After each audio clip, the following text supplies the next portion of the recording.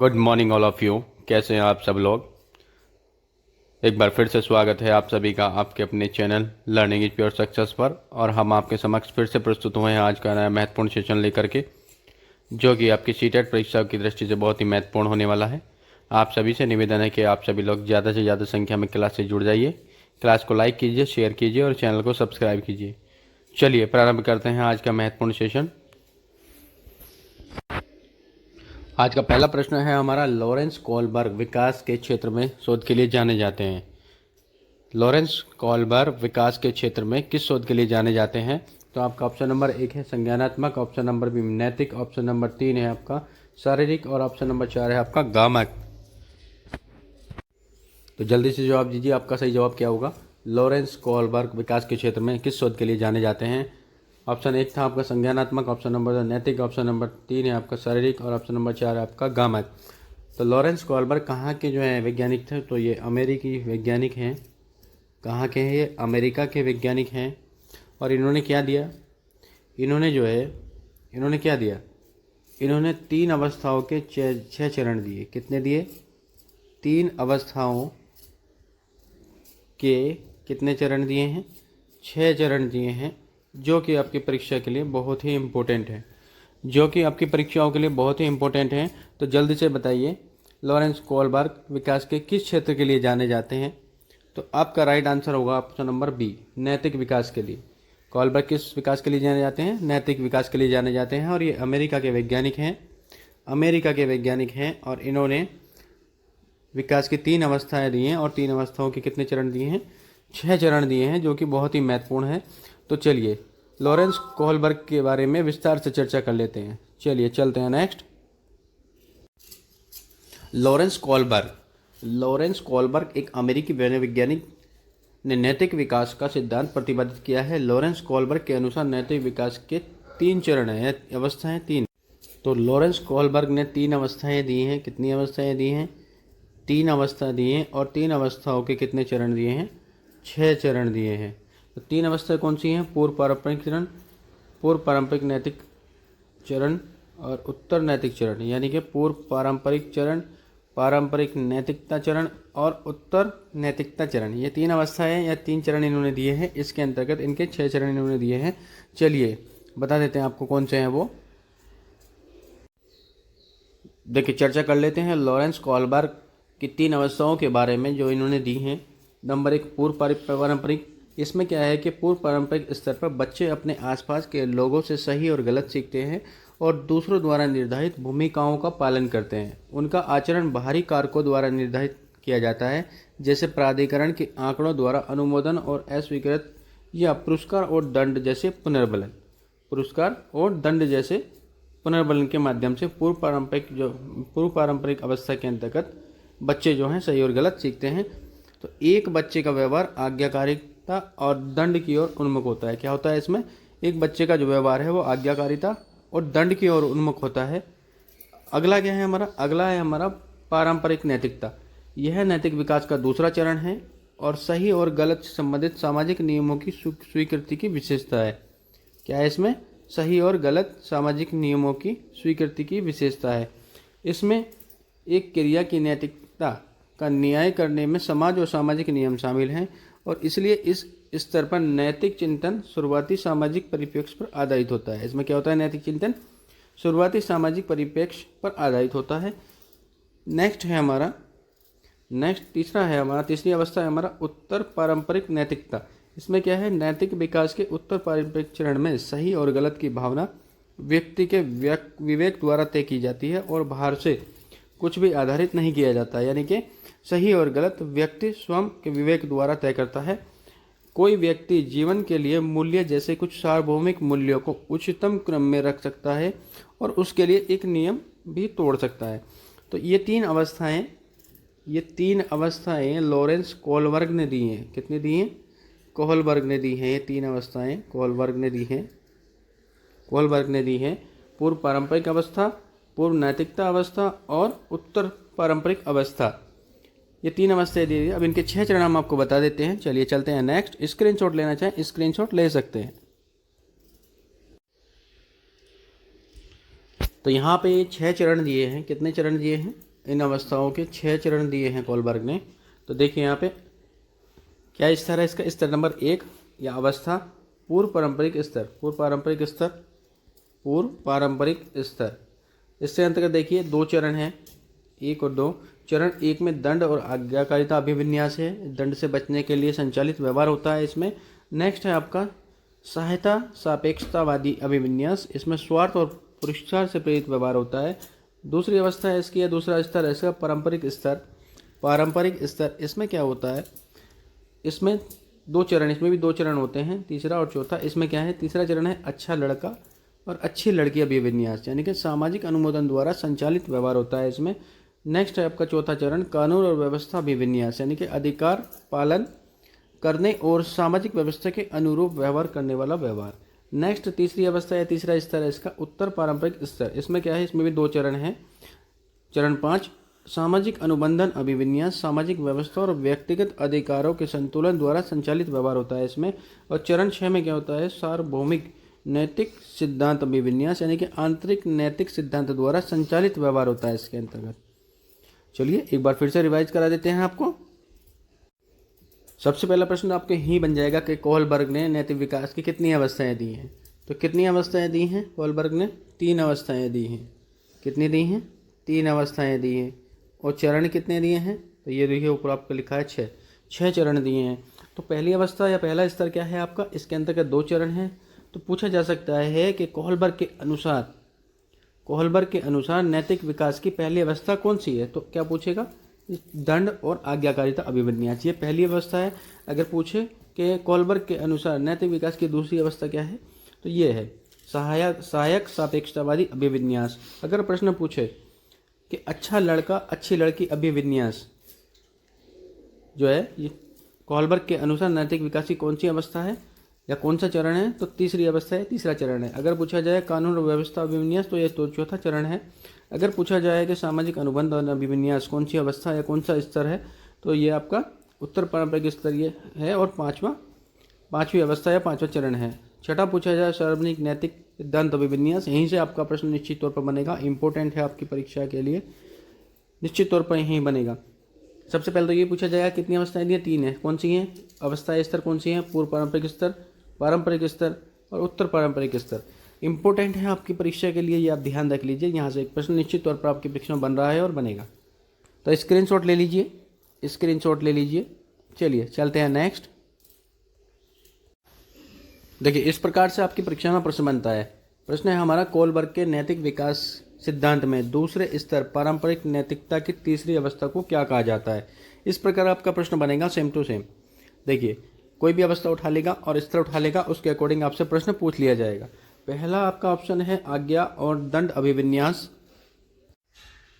Option number 2 है हमारा अच्छा लड़का अच्छी लड़की अभिविन्यास। ऑप्शन नंबर 3 है कानून और आदेश पालन अभिविन्यास। ऑप्शन नंबर 4 है सामाजिक समझौते और व्यक्तिगत आधार अभिविन्यास। देखिए इस तरह का प्रश्न आपसे सीधा सीधा बनेगा। कोई भी स्तर या अवस्था उठा लेगा और उसका कोई भी चरण पूछ लेगा, तीसरी अवस्था बोल देगा आपसे।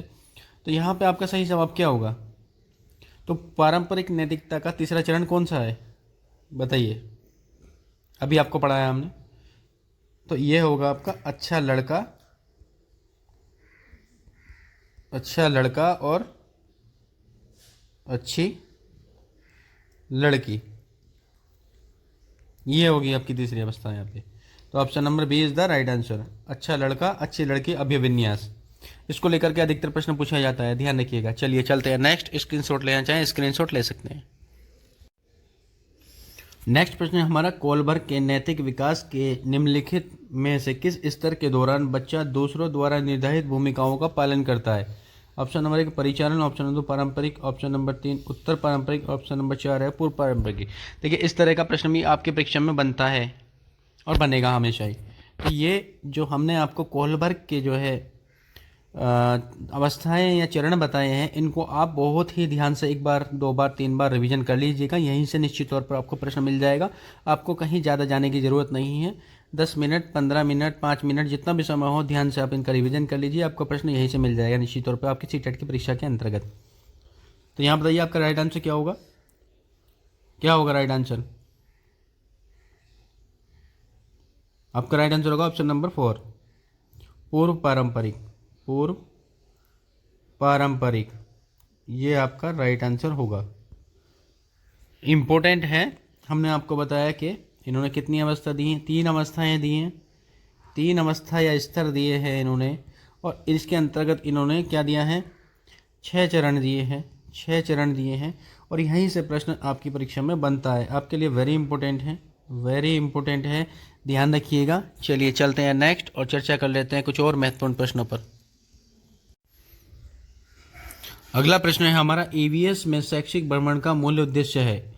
ईवीएस में यानी कि ईवीएस यानी कि पर्यावरण, क्या पूछ रहा है आपसे ये, पर्यावरण में शैक्षिक भ्रमण का मूल उद्देश्य है। ऑप्शन नंबर 1 बच्चों की ऊर्जा का विकास करना, ऑप्शन 2 छात्रों की हस्त गतिविधि आधारित अनुभव प्रदान करना, सामाजिककरण को बढ़ावा देना और टीम भावना को बढ़ावा देना। तो जल्दी से बताइए आपका राइट आंसर क्या होगा। ईवीएस में शैक्षिक भ्रमण का मूल उद्देश्य, जी बिल्कुल, option number 2 is the right answer, छात्रों को हस्त गतिविधि आधारित अनुभव प्रदान करना। जब छात्र शैक्षिक भ्रमण के लिए जाएंगे तो चीज़ों के बारे में सीखेंगे, समझेंगे और एक अनुभव महसूस करेंगे, तो इसलिए छात्रों को हस्त गतिविधि आधारित अनुभव प्रदान करना। चलिए चलते हैं नेक्स्ट। ये लो भाई, बहुत महत्वपूर्ण प्रश्न आ गया है। हमारे देश के किस भाग में रहने के लिए बने तिकोने टेंटों को रेम्बो कहा जाता है और जानवरों के रहने के स्थान को लेखा कहा जाता है। रहने तिकोने टेंट को जो है क्या कहा जाता है, हमारे देश के किस भाग में लोगों के रहने के लिए बड़े तिकोने टेंट को रेम्बो कहा जाता है और जानवरों के रहने को लेखा कहा जाता है। Option 1 Arunachal Pradesh, option 2 Meghalaya, option number 3 आपका जम्मू कश्मीर और ऑप्शन नंबर 4 है आपका लेह लद्दाख। लेह लद्दाख। तो जल्दी से बताइए राइट आंसर क्या होगा, क्या होगा राइट आंसर। बिल्कुल राइट आंसर 4 लेह लद्दाख। लेह लद्दाख, लेह लद्दाख, ये आपका राइट आंसर होगा। चलिए चलते हैं नेक्स्ट। अगला महत्वपूर्ण प्रश्न है, एक क्षेत्र में ग्रामीण अपने घरों में बहुत मोटी दीवारें बनाते हैं जो मिट्टी से सनी होती हैं। घरों की छतें कटीली झाड़ियों से बनी हैं। इस क्षेत्र में बारिश बहुत कम होती है और बहुत गर्म भी होती है। इस क्षेत्र में होना चाहिए। ऑप्शन नंबर 1 झारखंड में, ऑप्शन नंबर 2 राजस्थान में, ऑप्शन नंबर 3 उत्तर प्रदेश में, ऑप्शन नंबर 4 बिहार में। देखिए प्रश्न को बहुत अच्छी तरह से पढ़िए और तब जवाब दीजिए, आपको आंसर अपने आप ही समझ में आ जाएगा।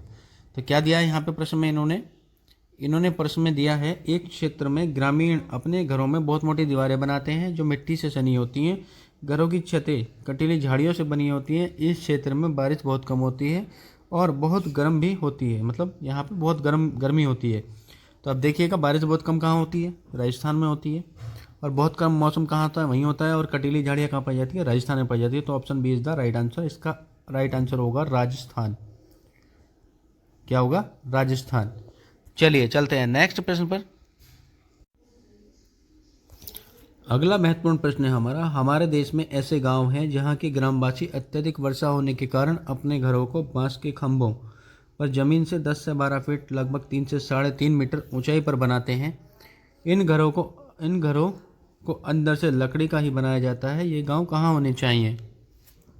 Option number 1 Himachal Pradesh, option number 2 Tamil Nadu, option number 3 Uttarakhand और ऑप्शन नंबर 6 आसाम।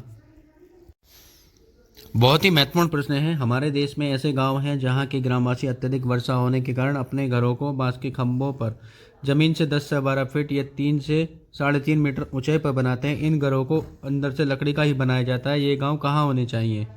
हिमाचल प्रदेश, तमिलनाडु, उत्तराखंड, असम।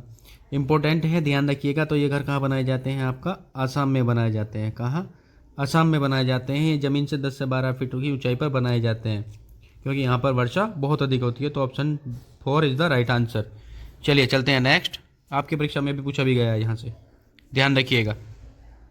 घुमा फिरा करके प्रश्न पूछे जा रहे हैं। हो सकता है आपसे पूछ ले कि कहाँ पर 10 से 12 फीट या 3 से 3.5 फीट ऊंचाई पर जो है वर्षा होने के कारण मकान बनाए जाते हैं। तो ये आसाम। अगला प्रश्न है जो कि महत्वपूर्ण है आपके लिए, निम्नलिखित का मिलान कीजिए।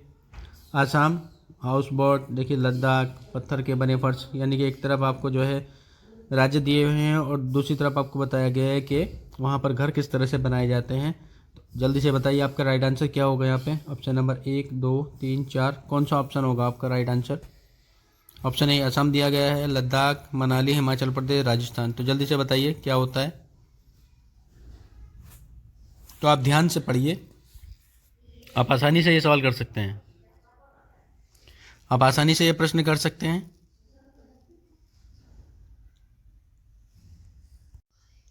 अभी हमने आपको बताया था पीछे असम के बारे में, तो देखिए ऑप्शन ए, असम में कहाँ मजबूत बांसों से जो है 10 से 12 फीट की ऊंचाई पर घर बनाए जाते हैं वर्षा के मौसम में। तो ऑप्शन ए का होगा आपका 5। नेक्स्ट आपका दूसरा है लद्दाख।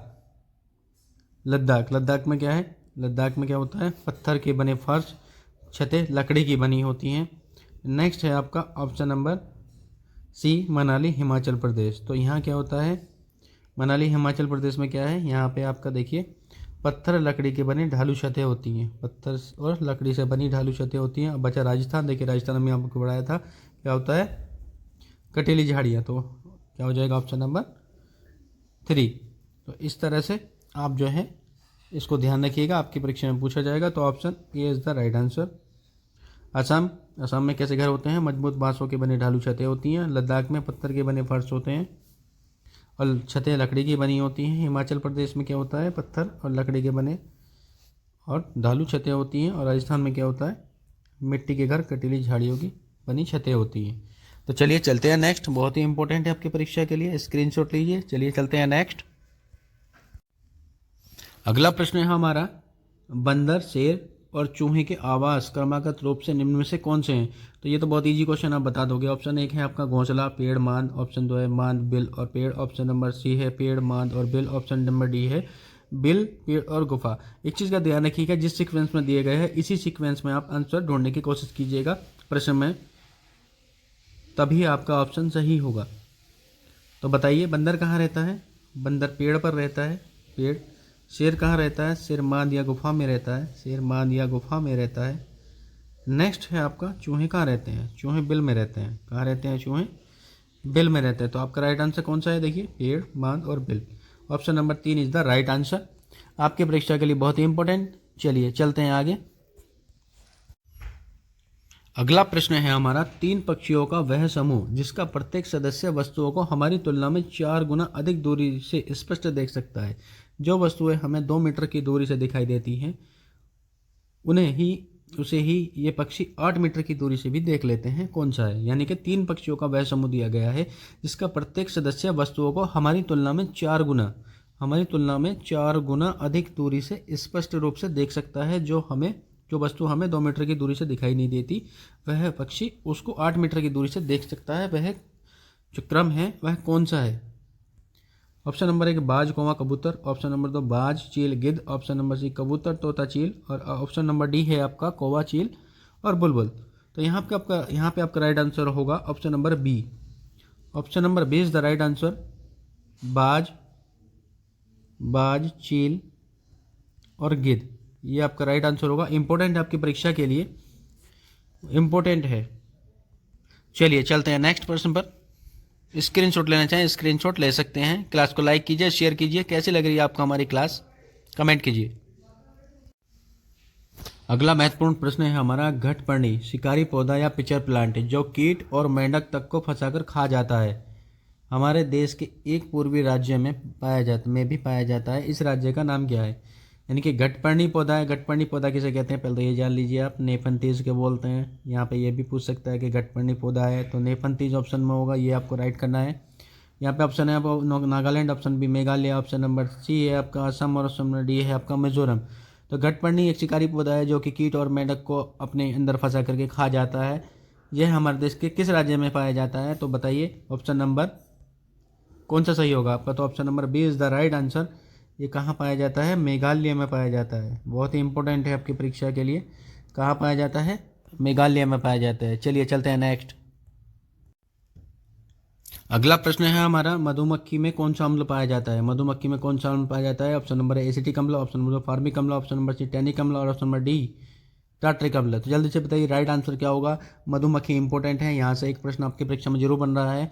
और हमने ईवीएस के लिए बहुत ही महत्वपूर्ण 15 से 20 प्रश्नों की एक ऐसी क्लास डाल रखी है, अगर आप उसको रीड कर लेंगे तो ईवीएस के अधिकतर क्वेश्चन उसी के अंदर से आ जाएंगे। आप चैनल पर जा करके वीडियो प्लेलिस्ट में जा करके देख सकते हैं, ईवीएस की पर्यावरण अध्ययन की आपको क्लास मिल जाएगी, वहाँ से अधिकतर क्वेश्चन आपको आपकी परीक्षा में मिल जाएंगे। एक बार क्लास को देखना जरूर। तो यहाँ पे आपका राइट आंसर होगा ऑप्शन नंबर बी, फॉर्मिक अम्ल। क्या पाया जाता है? फॉर्मिक अम्ल पाया जाता है मधुमक्खी में। और ये क्या बनाती है मधुमक्खी? शहद बनाती है। और अक्टूबर नवंबर इनके लिए बहुत अच्छा समय होता है। चलिए चलते हैं नेक्स्ट। अगला प्रश्न है हमारा, जम्मू कश्मीर में चाय को क्या कहा जाता है? जम्मू कश्मीर में चाय को क्या कहा जाता है? ऑप्शन देखिए, चाय, option number B coffee, option number 3 कहवा, और ऑप्शन नंबर 4 कोई नहीं। जल्दी से बताइए राइट आंसर क्या होगा। तो ध्यान रखिएगा, इसको क्या कहा जाता है? कहवा कहा जाता है, कहवा। तो option number C is the right answer, कहवा कहा जाता है। चलिए चलते हैं नेक्स्ट। नेक्स्ट प्रश्न हमारा, किस पौधे की लकड़ी कीट से प्रभावित नहीं होती है? किस पौधे की लकड़ी कीट से प्रभावित नहीं होती है? इंपॉर्टेंट प्रश्न है। ऑप्शन नंबर ए आम, ऑप्शन नंबर 2 बबूल, ऑप्शन नंबर 3 है आपका सिनकोना, ऑप्शन नंबर डी है आपका खिजड़ी। ऑप्शन नंबर ए आम, ऑप्शन नंबर बी बबूल, ऑप्शन नंबर सी सिनकोना और ऑप्शन नंबर डी है खिजड़ी। तो जल्दी से बताइए। सिनकोना, सिनकोना से क्या है? कुनैन नामक दवाई बनाई जाती है। क्या बनाया जाता है सिनकोना से? सिनकोना से क्या बनाया जाता है? कुनैन, कुनैन नामक दवाई बनाई जाती है। और ये किस रोग के लिए बनाई जाती है कुनैन?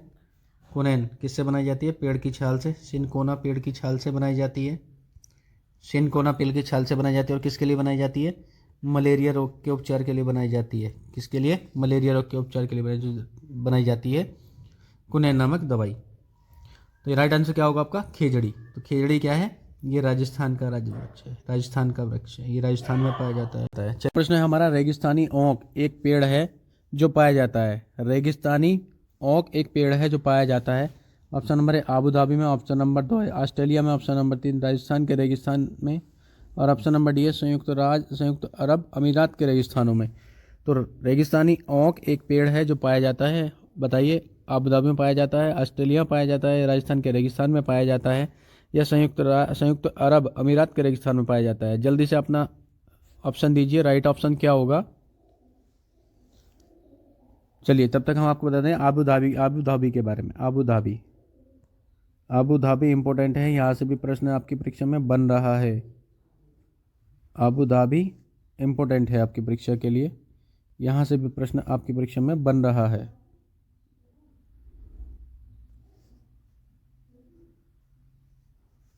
आबू धाबी, तो ये कहाँ पे है पूछा जाए? आबू धाबी कहाँ पे है? तो ये संयुक्त संयुक्त अरब अमीरात में है। कहाँ पे है? संयुक्त अरब अमीरात में है, अमीरात में है। और यहाँ की जो मुद्रा है, यहाँ की जो मुद्रा है उसको दिरहम कहा जाता है। क्या कहा जाता है? दिरहम कहा जाता है। तो यह इंपॉर्टेंट है आपके लिए आबू धाबी भी। तो यहाँ पे आपका राइट आंसर होगा ऑप्शन नंबर 2 ऑस्ट्रेलिया। तो रेगिस्तानी ओक कहाँ पाया जाता है? आपका ऑस्ट्रेलिया में पाया जाता है, ऑस्ट्रेलिया में पाया जाता है। ये इंपॉर्टेंट है आपकी परीक्षा के लिए।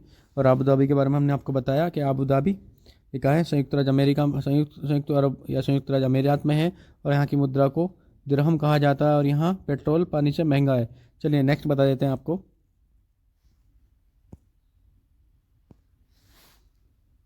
आबू धाबी,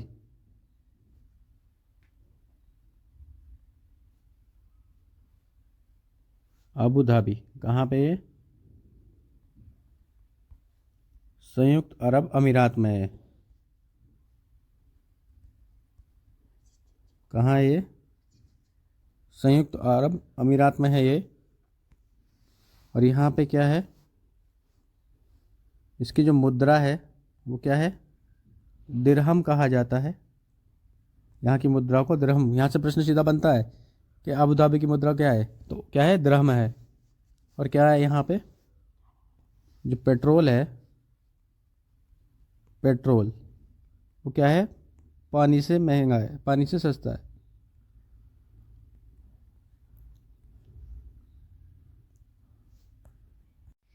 तो अबू धाबी में क्या है? पेट्रोल जो है पानी से सस्ता है, यानी कि वहाँ क्या है, पानी महंगा है, पानी से सस्ता है।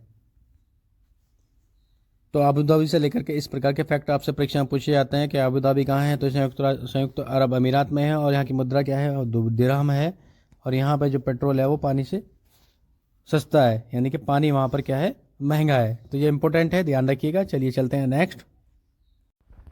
अगला प्रश्न है हमारा, निम्नलिखित में से कौन सा सतत एवं व्यापक मूल्यांकन का प्राथमिक उद्देश्य है।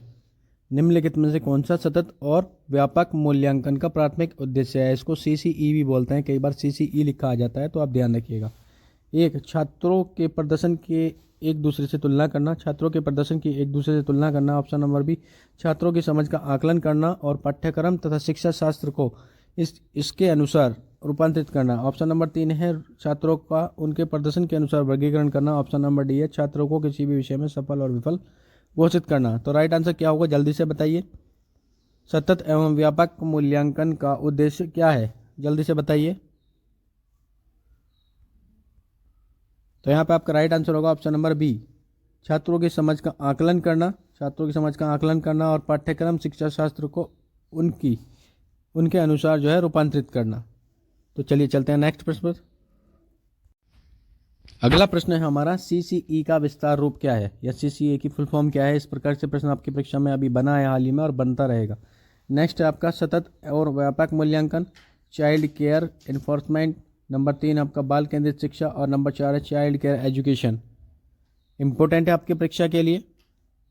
जी बिल्कुल राइट आंसर, सतत और व्यापक मूल्यांकन, बिल्कुल सतत और व्यापक मूल्यांकन इसका राइट आंसर है। ये इसका हिंदी नाम है सीसीई का, और सीसीई को इंग्लिश में बोलते हैं कंटिन्यूस एंड कम्प्रेहेंसिव इवैल्यूएशन। ये इसका इंग्लिश नाम है, ये ध्यान रखिएगा, इंपॉर्टेंट है आपकी परीक्षा के लिए। सीसीई स्क्रीनशॉट लेना चाहें स्क्रीनशॉट ले सकते हैं। चलिए चलते हैं नेक्स्ट प्रश्न पर। अगला प्रश्न है, उपचारात्मक शिक्षण का उद्देश्य है। उपचारात्मक शिक्षण का उद्देश्य है। ऑप्शन नंबर 1, छात्रों की प्रारंभिक त्रुटियों में सुधार करना। ऑप्शन नंबर बी, छात्रों की ज्ञान संबंधी त्रुटियों को दूर करना। ऑप्शन नंबर सी, छात्रों में आत्मविश्वास जगाना। और ऑप्शन नंबर डी, उपरोक्त सभी। तो बिल्कुल बताइए क्या होगा राइट आंसर आपका। छात्रों की प्रारंभिक त्रुटियों में सुधार करना, बिल्कुल राइट है। छात्रों की ज्ञान संबंधी त्रुटियों को दूर करना, छात्रों की ज्ञान संबंधी त्रुटियों को दूर करना, बिल्कुल सही बात है। छात्रों में आत्मविश्वास जगाना, बिल्कुल, अगर आत्मविश्वास नहीं होगा तो कैसे बच्चे जो है सीखेंगे। तो छात्रों में आत्मविश्वास जगाना, उपरोक्त सभी। तो option number D is the right answer, उपरोक्त सभी। चलिए चलते हैं नेक्स्ट प्रश्न पर। अगला प्रश्न है हमारा, उपचारात्मक कार्य होना चाहिए। ऑप्शन नंबर ए, प्रत्येक पाठ की समाप्ति पर। ऑप्शन नंबर 2, प्रत्येक माह। ऑप्शन नंबर 3, वर्ष में 3 बार। ऑप्शन नंबर डी, वर्ष में 4 बार। इंपॉर्टेंट प्रश्न है आपकी परीक्षा के लिए।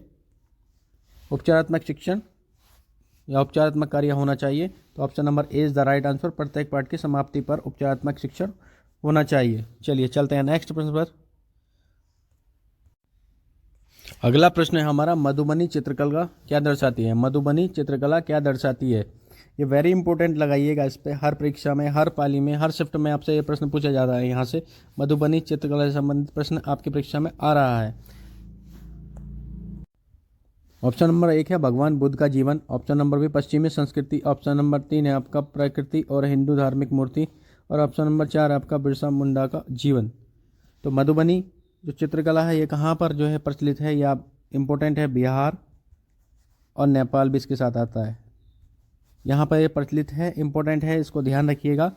तो यहाँ पे आपका राइट आंसर हो जाएगा ऑप्शन नंबर 3, प्रकृति और हिंदू धार्मिक मूर्ति। ध्यान रखिएगा, परीक्षा में पूछा जा सकता है आपका 100%। चलिए चलते हैं नेक्स्ट। अगला प्रश्न है हमारा, बिहार और नेपाल के मिथिला क्षेत्र में किस भारतीय चित्रकला का अभ्यास किया जाता है। देखिए इंपॉर्टेंट है, कैसे कैसे प्रश्न आपको पूछ लेता है बदल के। देखिए, बिहार और नेपाल के मिथिला क्षेत्र में किस भारतीय चित्रकला का अभ्यास किया जाता है। ऑप्शन ए, तंजौर कला। ऑप्शन नंबर 2, काल मेजतू कला। ऑप्शन नंबर 3, मधुबनी चित्रकला। ऑप्शन नंबर डी, पट्टा चित्रकला। तो देखिए इंपॉर्टेंट है, जल्दी से बताइए आपका राइट आंसर क्या होगा। जी बिल्कुल, option number 3 is the right answer, Madhubani चित्रकला। तो देखिए नेपाल, बिहार और नेपाल के मिथिला क्षेत्र में क्या है, मधुबनी चित्रकला जो है इसका अभ्यास किया जाता है। ये आपसे पूछ लेगा मिथिला किससे संबंधित है, तो ये मधुबनी चित्र से कला से संबंधित है। और कहाँ पर, बिहार और नेपाल में। इम्पोर्टेंट है, स्क्रीनशॉट लीजिए। चलिए क्लास को ज़्यादा से ज़्यादा शेयर कीजिए ताकि आप सभी छात्रों छात्राओं का भला हो सके। चलिए चलते हैं नेक्स्ट।